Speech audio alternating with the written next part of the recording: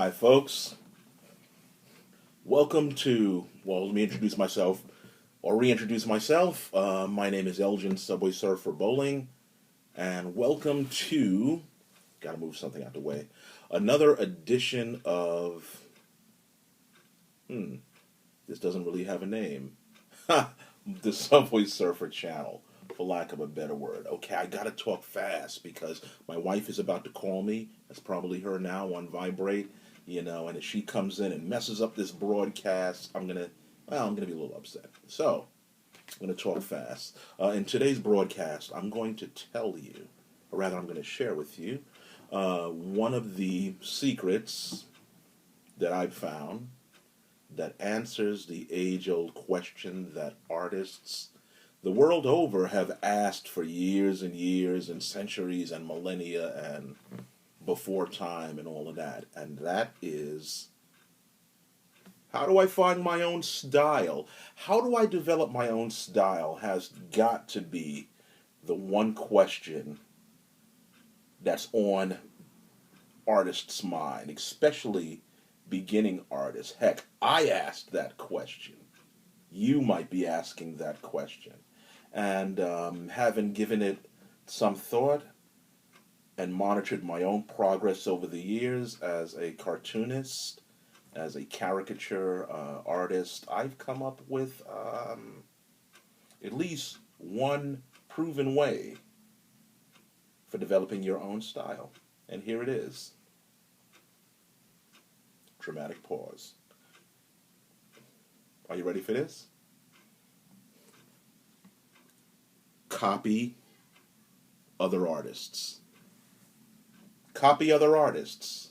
Now, that might seem like strange advice at first because you might be thinking, well, Elgin, if I copy another artist's style, won't I become a carbon copy of that artist? And a bad one at that? There is the danger of that, but kind of stay with me for a little bit and listen to my own example.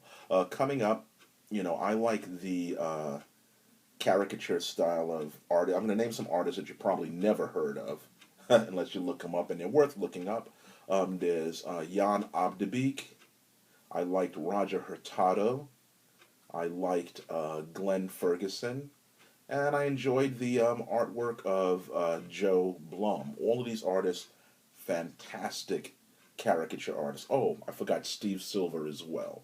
Not to mention the cartoonists, Jay Ward, who drew Underdog, the gang who drew Looney Tunes, Chuck Jones, and some of the Disney artists as well. I wanted to draw like these guys. Each of these guys had a piece of the caricature cartooning puzzle that I guess wanted to crack, that I wanted a part of me. So what I started doing was copying line for line, the best that I could, what they did. Each artist that I named spent hours doing it. As you might expect, whenever you copy somebody else's work, no matter how talented you are, you may come close, but just not close enough to getting to them, although you're copying them. This is where your own style develops, because here's what happens.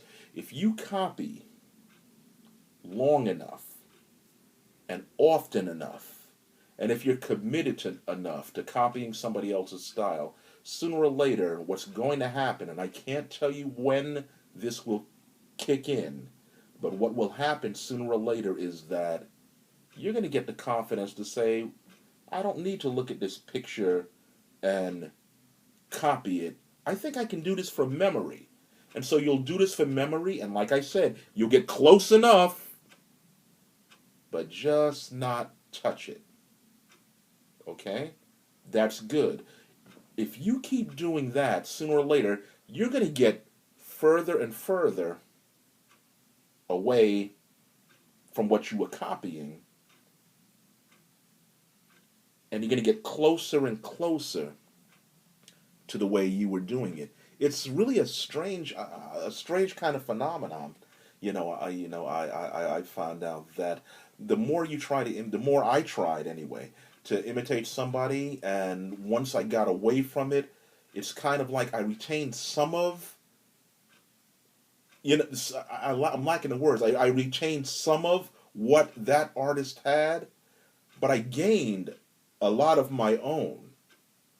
And then as I gained confidence, I began to leave what I was copying behind more and more, and before I knew it, I was doing it my way, but in the spirit of that artist that I was copying. I hope that makes sense because I'm talking here about something that's kind of intangible, but hey, I know that it works. The biggest obstacle in finding your own style is being patient, and it will take time to do this.